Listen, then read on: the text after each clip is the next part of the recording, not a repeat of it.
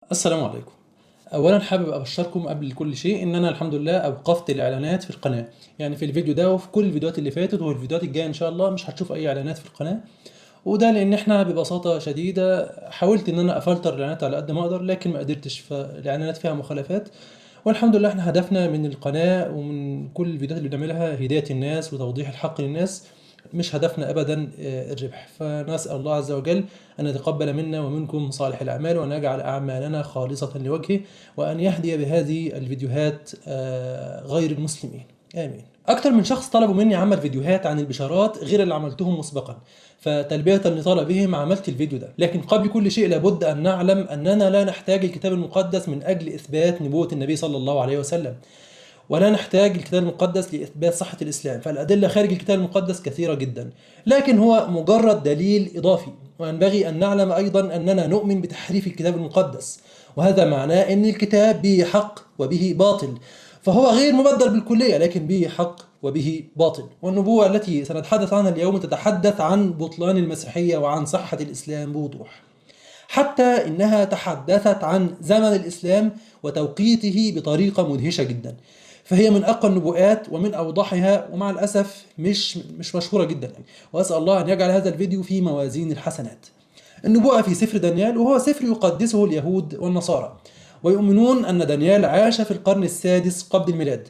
وقبل أن نعرضها أرجو منك إن كنت غير مسلم أن تفكر في الموضوع بجدية. الغرض من الفيديو مش إن أنا أضايقك ولا إن أنا أزعجك ولا إن أنا أفحمك، لكن الغرض هو إن أنا أوضح لك الحقيقة. فخد الكلام بجدية وفكر فيه وادرسه كويس، وإن شاء الله كل كلمة هنقولها اليوم هتكون موثقة، مفيش كلمة من عندي لكن كله بالمراجع. النبوءة موجودة في الإصحاح السابع من سفر دانيال، وهي موجودة أيضا في الإصحاح الثاني، لكن النهاردة إن شاء الله هنتناول فقط الإصحاح السابع. بيبدأ الإصحاح بالحديث عن إن دانيال رأى رؤيا في منامه، وفي هذا المنام رأى 4 حيوانات أو وحوش تصعد من البحر الكبير، كل واحد منهم مختلف عن الآخر. الأول كالأسد وله جناحي نسر، والتاني شبيه بالدب ومرتفع على جنب أكثر من الجنب التاني، وبين أسنانه 3 أضلع. والثالث الحيوان الثالث أو الوحش الثالث مثل النمر، وعلى ظهره 4 أجنحة وله 4 رؤوس. أما الوحش الرابع فهو مختلف عن كل هذه الوحوش، وهو حيوان قوي جدا وله أسنان من حديد وله 10 قرون. وبينما دانيال ينظر لهذه القرون فجأة يطلع بينها قرن صغير وقلع 3 من القرون الأخرى، وهذا القرن الصغير له عيون وفم ويتكلم بأمور خطيرة. بيكمل بعد كده في الفقرة 13 ويقول إن دانيال رأى مع السحاب مثل ابن الإنسان وأعطوه سلطان ومجد وملكوت، وأصيب دانيال بالرعب مما رآه. فدانيال في الرؤيا راح لواحد من الواقفين وطلب منه الشرح، فقال له إن ال4 حيوانات هي 4 ملوك يقومون على الأرض، والقديسون والصالحون يأخذون المملكة إلى الأبد. وقال إن هذا القرن الصغير اللي خرج في رأس الحيوان الرابع يتكلم بأمور خطيرة ويحارب القديسين ويغلبهم، وبعد مدة معينة انتصر القديسون عليه. فالشخص اللي بيفسر الرؤيا لدانيال قال له الحيوان الرابع هو مملكة رابعة على الأرض مختلفة عن كل الممالك الأخرى، والقرون ال10 هي 10 ملوك، ثم يقوم بعدهم ملك آخر مختلف عن كل سبأ، ويذل 3 ملوك ويتكلم بكلام ضد الله ويغير الأوقات والسنة ويضطهد القديسين والصالحين لمدة محددة، وبعد هذه المدة ينزعون عنه سلطانه ويعطى الملك والسلطان للقديسين ويكون لهم الملك للأبد. فإحنا عندنا عدة نقاط مهمة: أولا الحيوانات ال4، ثانيا القرون ال10، ثالثا القرن الصغير، رابعا مدة الزمان أو المدة اللي اتكلم عنها بعد القرن الصغير. فأول نقطة عندنا هي إن في 4 ممالك تحكم الأرض. إيه هي الممالك دي؟ مفيش اختلاف بين اليهود والمسيحيين والمسلمين في تفسير هذه الممالك، لأن احنا بنتكلم عن أمور تاريخية واضحة. وكذلك الإصحاح نفسه قال إنهم 4 ملوك يقومون على الأرض. وخلونا نقرأ من التفسير التطبيقي للكتاب المقدس ونشوف بيقول إيه الكتاب ده. التفسير التطبيقي للكتاب المقدس، نقرأ فيه ونشوف بيقول إيه. زي ما انتم شايفين على الشاشة الكلام اللي هو المظلل بالأصفر ده في صفحة 1699. الأسد بجناحي نسر يمثل بابل، أما الدب فهو يمثل مادي وفارس، والنمر هو اليونان، والحيوان الرابع يشير إلى روما. وكذلك القصة أنطونيوس فكري لما كان بيقارن بين الإصحاح الثاني والإصحاح السابع فسرهم بهذه الصورة اللي على الشاشة دلوقتي. ونفس الكلام ذكره المفسر المسيحي ناشد حنا في تفسير أو في شرح آية سفر دانيال ذكر نفس الكلام زي ما أنت شايف على الشاشة دلوقتي. ذكر في الصفحة 122 إن المملكة الأولى هي مملكة الكلدانيين اللي هي بابل، وفي الصفحة اللي بعدها زي ما أنت شايف دلوقتي برضو إن المملكة الثانية اللي هي الجنبين مادي وفارس، المملكة الثالثة هي اليونان. وفي صفحة 125 هتلاقيه بيقول إن الحيوان الرابع هو المملكة الرومانية. الكلام ده معناه إن مفيش خلاف حول تفسير هذه الحيوانات الأربعة، وإن هي بابل وفارس واليونان وأخيرا الإمبراطورية الرومانية. النقطة الثانية، ما هي القرون العشرة؟ إيه هي القرون العشرة اللي في الإمبراطورية الرومانية؟ تفسير العشر قرون أتى في نفس الإصحاح وقال إنهم 10 ملوك. نقرأ في دانيال 7:23-24 يقول: فقال هكذا: أما الحيوان الرابع فتكون مملكة رابعة على الأرض مخالفة لسائر الممالك، فتأكل الأرض كلها وتدوسها وتسحقها.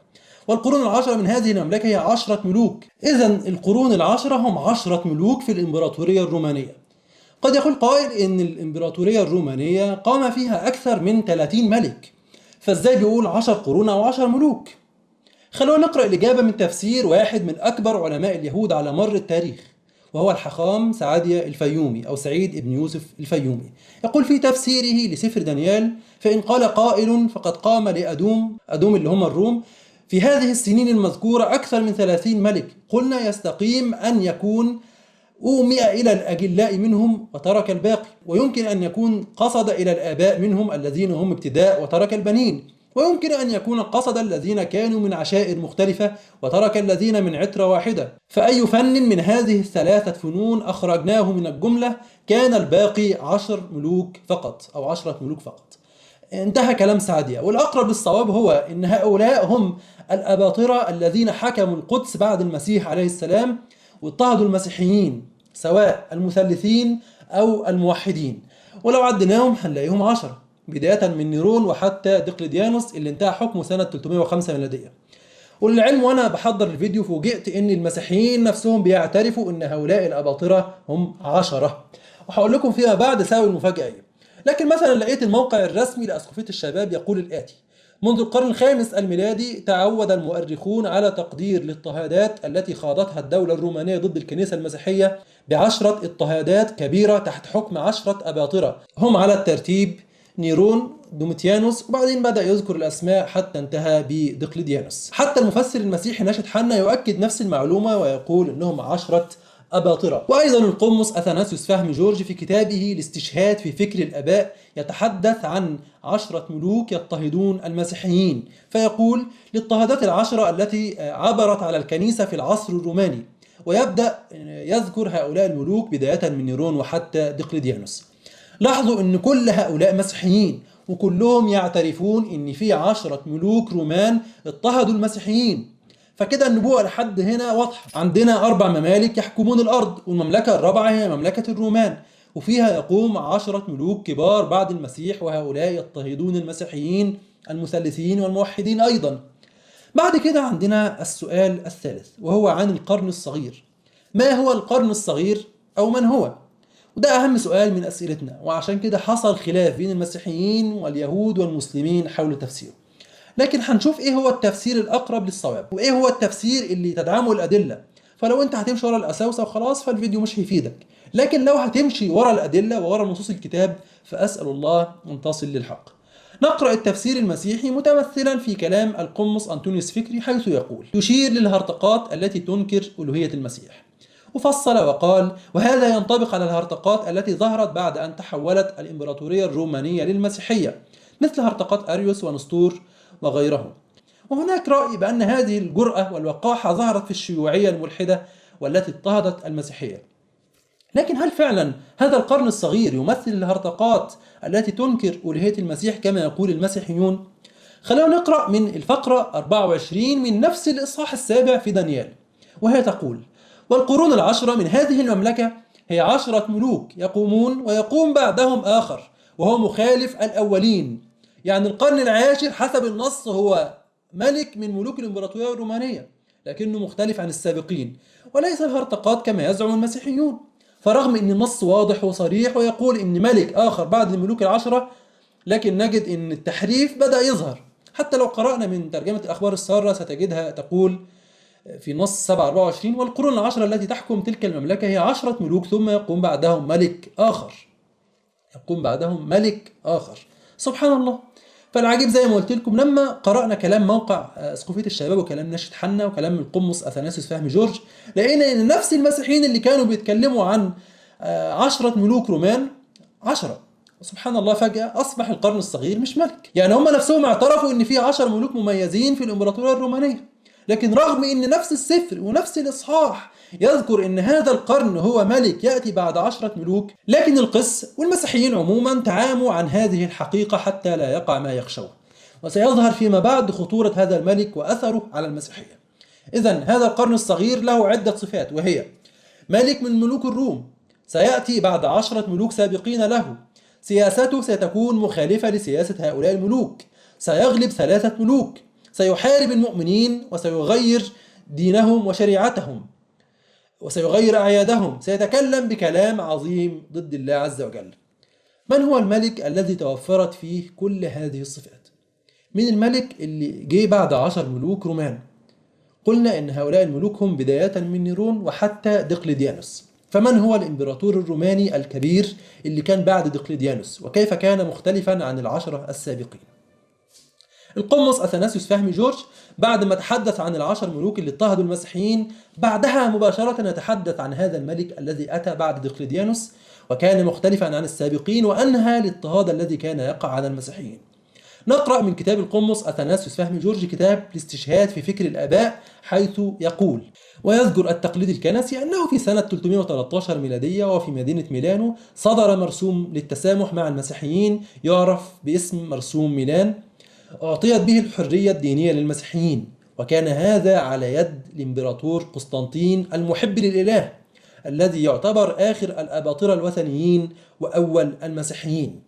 إذن الإمبراطور اللي جاء بعد عصر الاضطهاد وبعد ال10 أباطرة كان قسطنطين، وكان قسطنطين مختلف عن السابقين وأصدر مرسوم التسامح في ميلانو سنة 313.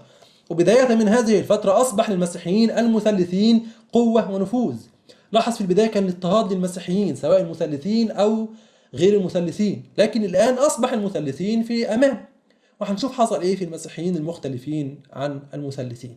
خلونا نقرأ اقتباس مهم من موقع سانتاكلا، وهو موقع مسيحي كبير ومعروف. يقول: كان أغلب القادة الكنسيين معجبين بشخصية الإمبراطور قسطنطين الكبير وأمه هيلانا الملكة، يتطلعون إليهما كشخصين بارزين قاما بدور عظيم في تاريخ الكنيسة الأولى، مع أنه لم ينل العماد إلا في السنة الأخيرة من حياته على يد الأسقف الأريوسي يوسابيوس النيقوميدي، إلا أنه يتحدث عن نفسه كمسيحي غيور، جعل من المسيحية الديانة الرسمية للدولة الرومانية، وأمر بحفظ يوم الأحد، وصادر المعابد الوثنية، وحول الكثير منها إلى كنائس، وعفى رجال الدين المسيحي من الضرائب، كما تدخل للأسف في المشاكل الكنسية، وهو الذي دعا إلى عقد أول مجمع مسكوني في العالم في نقيا عام 325 ميلادية. فواضح أن المسيحيين يكنون الكثير من التعظيم لقسطنطين، رغم أن كما رأينا وظهر لنا من خلال النبوءة والتاريخ أن قسطنطين بلا شك هو القرن الصغير الذي تحدث بعظائم ضد الله.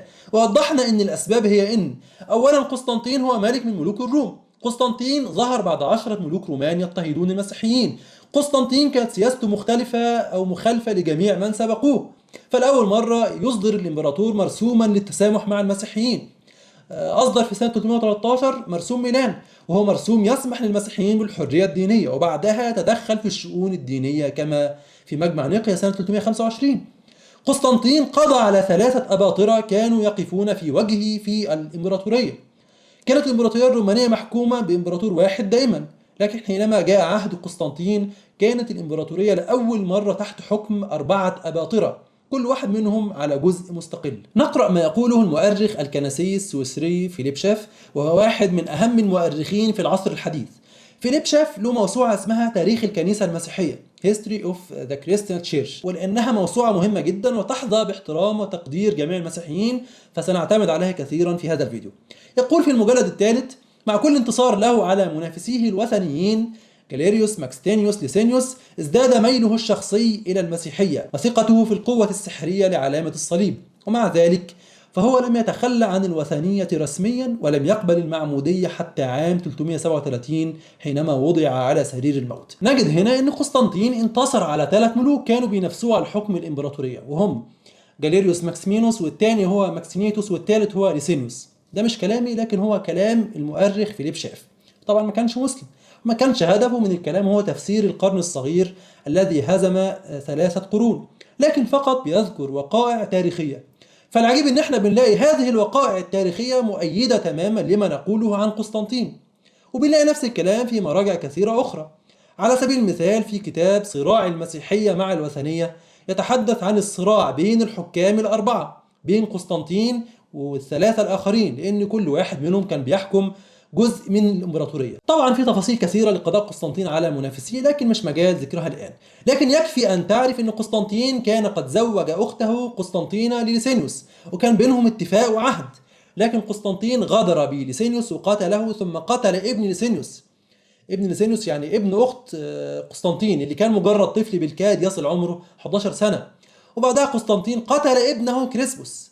كريسبوس ابن قسطنطين كان عنده ولع بالسلطة والحكم لدرجة ان قتل زوج أخت ليسينيوس رغم ان بينهم وثيقة واتفاق. وبعدها قتل ابن ليسينيوس اللي ما كملش 11 سنة. وبعدها في سنة 326 قتل ابنه هو شخصيا، ابن قسطنطين. نقرأ ما يقوله فيليب شاف: إن ألمع فترة في حكمه ملطخة بالجرائم الجسيمة التي لا يمكن لروح العصر وسياسة الملك المطلق أن تبررها، بعد أن وصل على درب الحرب الدامية إلى هدفه وحقق طموحه وأصبح هو الملك الوحيد للإمبراطورية. في نفس العام الذي استدعى فيه مجمع نقيا أمر بإعدام منافسه وصهره ليسينيوس خرقا لوعد الرحمة الجليل.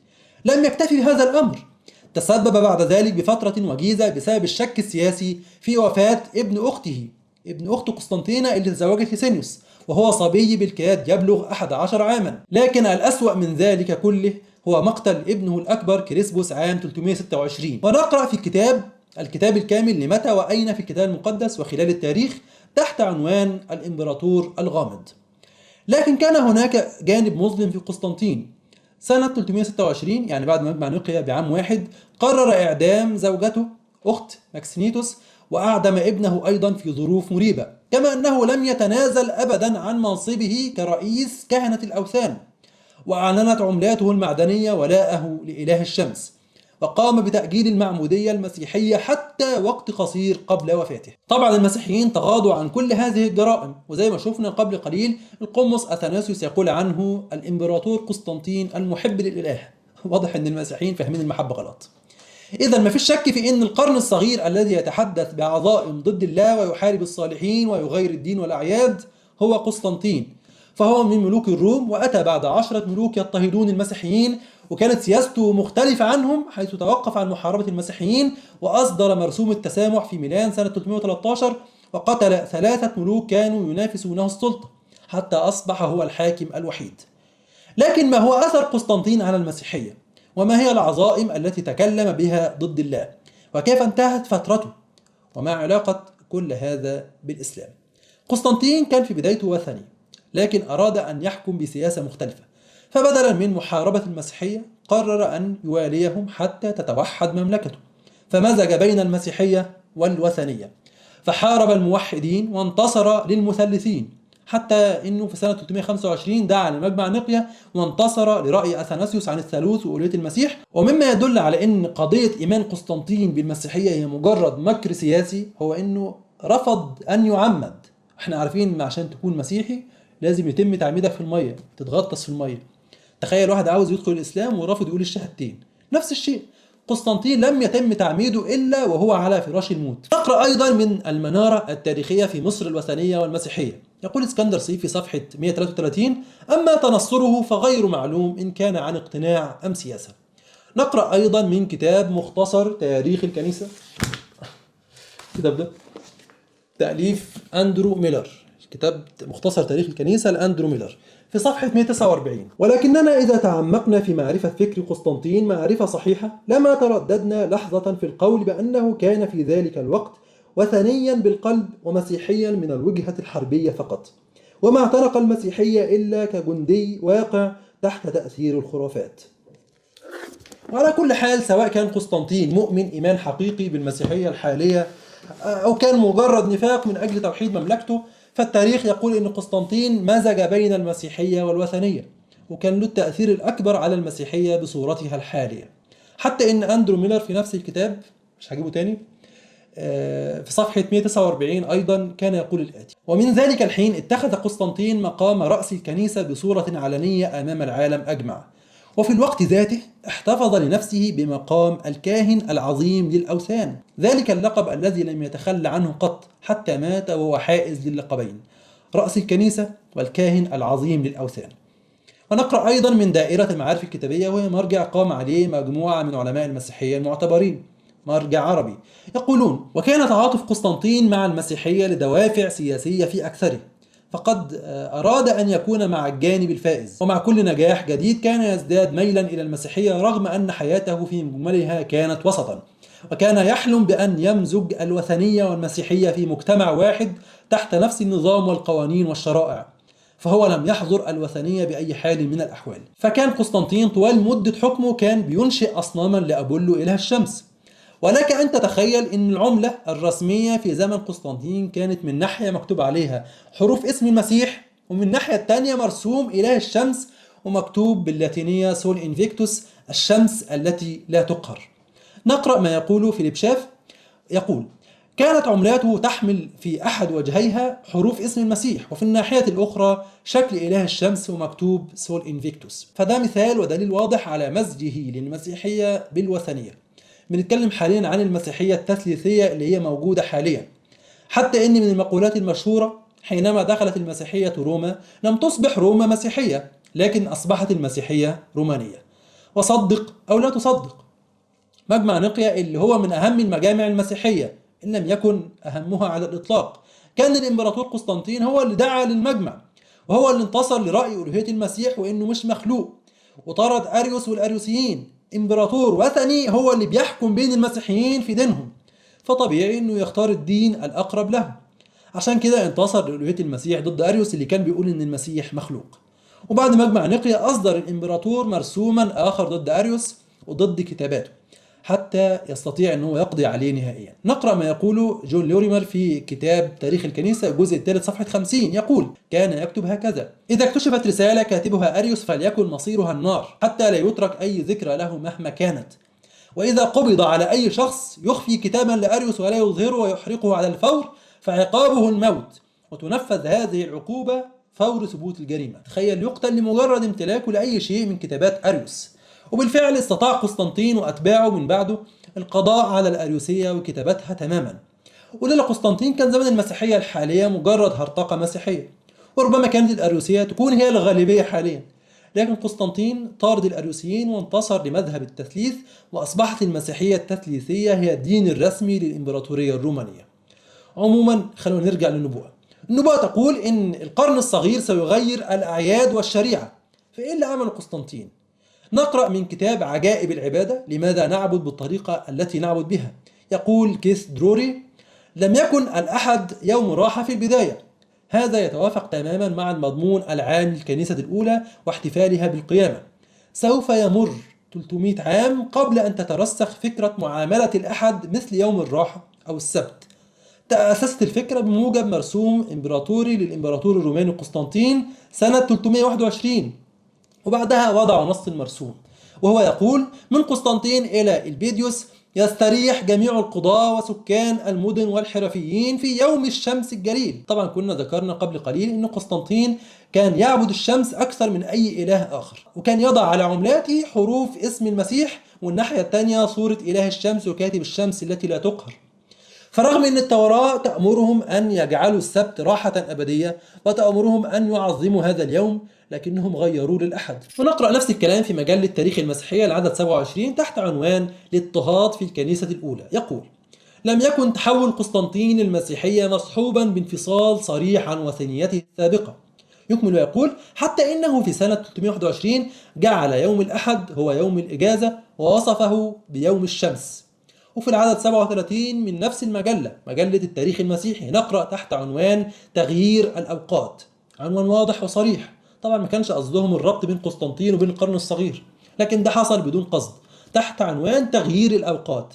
يتحدثون عن كيف أصبح يوم 25 ديسمبر هو يوم ميلاد المسيح، رغم أن المسيحيين لم يكن عندهم معلومات تساعدهم على حساب تاريخ ميلاده، ويقولون أن هذا التاريخ كان أساسا يوم ميلاد الشمس، وفي سنة 336 أصبح يحتفل في هذا اليوم بميلاد المسيح، والكنائس الشرقية تحتفل في يوم 6 يناير وهو أساسا عيد وثني كذلك. ده مش كلامي لكن كلام المراجع المسيحية العلمية، فكده ما فيش شك أن قسطنطين غير الأوقات والأعياد كذلك، وده بيزيد التأكيد أن المقصود في نبوءة دانيال هو قسطنطين، هو القرن الصغير. فقسطنطين هو اللي مزج بين المسيحية والوثنية مزج رسمي في الإمبراطورية الرومانية، وهو اللي طرد أريوس وأتباعه واللي نصر التثليث وجعله الدين الرسمي للإمبراطورية، وغير الأعياد والأوقات واتبعته الكنيسة في تواريخ قسطنطين الوثنية. كل ده موافق للنبوءة وفيها أنه سيضطهد الصالحين وسيظل الحكم له ولأتباعه من بعده لمدة من الزمن حتى يأتي من ينهي ملكهم على مملكة الله، والمملكة المقصودة في النص بالتأكيد هي القدس. نقرأ الفقرة 25 من الإصحاح السابع. ويتكلم بكلام ضد العلي ويبلي قديسي العلي، ويظن أنه يغير الأوقات والسنة ويسلمون ليده إلى زمان وأزمنة ونصف زمان. الصالحين يسلمون ليد القرن الصغير لمدة زمان وأزمنة ونصف زمان. طبعا لما نقرأ النص بهذه الطريقة يكون بلا معنى. يعني إيه زمان وأزمنة؟ كلمة أزمنة لا تدل على وقت محدد، لذلك لو رجعت للترجمة اليسوعية هتلاقيهم مترجمين النص زمان وزمانين ونصف زمان. دي الترجمة اليسوعية، الترجمة اليسوعية اللي عملها مسيحيين كبار. هتلاقي في ترجمة الصح 7 فقرة 25 زي ما انت شايف على الشاشة قدامك كاتبين اهي الناحية دي اهي الكلمة اللي انا عاملها باصفر زمانين، زمان وزمانين ونصف زمان، يعني 3 أوقات ونصف. الوقت ده هل هو سنة، هل هو 10 سنين، هل هو قرن؟ هنشوف. والسؤال اللي لازم نطرحه الآن، مين اللي أنهى حكم الرومان أتباع قسطنطين على القدس؟ من الذي أنهى حكمهم ومتى؟ المسلمين فتحوا القدس سنة 16 هجرية وهو موافق ل 637 ميلادية. طيب قسطنطين متى حكم؟ حكم بداية من سنة 306 واستمر حكمه ثم حكم أتباعه من بعده حتى فتح المسلمون القدس وخلصوها من يد الرومان سنة 637. يعني كم سنة؟ 331 سنة ميلادية، ولو حسبناها بالتوقيت القمري المعتمد في التوراة هنلاقيها فوق ال 640 سنة، يعني 3 مدد زمنية ونصف. أكيد يعني مش المقصود من النبوءة 350 سنة بالسنة والشهر واليوم، ودي عادة النبوءات في الكتاب المقدس إن هي بتكون الأوقات تقريبية، وفي الكتب عموما يعني إن الفترات بتكون تقريبية زي ما حصل في نبوءة يوسف عليه السلام. أكيد لم يكن المقصود 7 سنوات باليوم وباللحظة، فسواء قلنا 331 سنة ميلادية أو أكثر من 340 سنة قمرية فإحنا كده بنتكلم في 3 مدد زمنية ونصف فعلا كما قالت النبوءة. إذن النبوءة تتحدث عن الممالك الأربعة وتتحدث عن الأباطرة الرومان العشرة ثم عن قسطنطين الذي غير المسيحية ومزجها بالوثنية ونصر المثلثين وجعلها الدين الرسمي، وتتحدث عن امتلاكه هو وأتباعه للأرض واضطهادهم للصالحين، وتتحدث عن استمرار حكمهم لمدة 3 أزمنة ونصف. ونلاقي ان بعد هذه المدة بالفعل يأتي الحكم الإسلامي، ونجد في فقرة 27 من النبوة ان المملكة تعطى للصالحين، وبالفعل نجدها أعطيت للمسلمين. فالنبوءة بوضوح تهدم المسيحية بصورتها الحالية وتثبت صحة الإسلام. فهل رتب المسلمون ملكهم ليأتي بعد الرومان؟ وهل رتب المسلمون التاريخ ليأتي قسطنطين بعد 10 ملوك رومان كما قالت النبوءة؟ وهل رتب المسلمون التاريخ ليأتي قسطنطين ويحكم مع 3 ملوك آخرين ثم يحاربهم وينتصر عليهم ويحكم وحده كما قالت النبوءة؟ وهل رتب المسلمون التاريخ ليكون فتح القدس بعد 3 أزمنة ونصف من بداية حكم قسطنطين؟ وهل كان المسلمون يعرفون هذه النبوءة وانتظروا للوقت المحدد حتى يفتحوا القدس؟ هل يستطيع المسيحيون أن يخبرونا من هو الملك الروماني الذي تنطبق عليه الصفات المذكورة في النص؟ وهل يستطيع واحد منهم أن ينفي أنه قسطنطين؟ ربما يستطيعون، لكن في حالة إنكار التاريخ. أنكروا أنه أتى بعد 10 أباطرة حكموا القدس بعد المسيح، ثم أنكروا أنه حكم بسياسة مختلفة عن سابقين، ثم أنكروا أنه اقتلع 3 ملوك كانوا ينافسونه على الحكم، وبعد ذلك أنكروا أن المسلمين فتحوا القدس بعد قرابة 350 سنة. لكن ماذا بعد الإنكار؟ هل هدفي وهدفكم هو الحق أم هدفنا هو أن نظل على ما نحن عليه حتى لو كان باطلا؟ اثبتنا في الفيديو ان الكتاب المقدس رغم تحريفه الا ان ما زال يحمل نبوءات واضحه وصريحه على بطلان المسيحيه وعن صحه الاسلام. فنحن والله ما نريد لكم الا الخير، نسال الله لنا ولكم الهدايه. على كل حال انتهى الفيديو، اذا استفدت منه اضغطوا لايك وانشروا المهتمين ودعموا الفائده، ولو حابين تدعمونا ممكن نخلي بترون، الرابط في وصف الفيديو، وكل مراجع هتكون في الوصف ان شاء الله. لا تنسونا من صالح دعائكم، والسلام عليكم ورحمه الله وبركاته.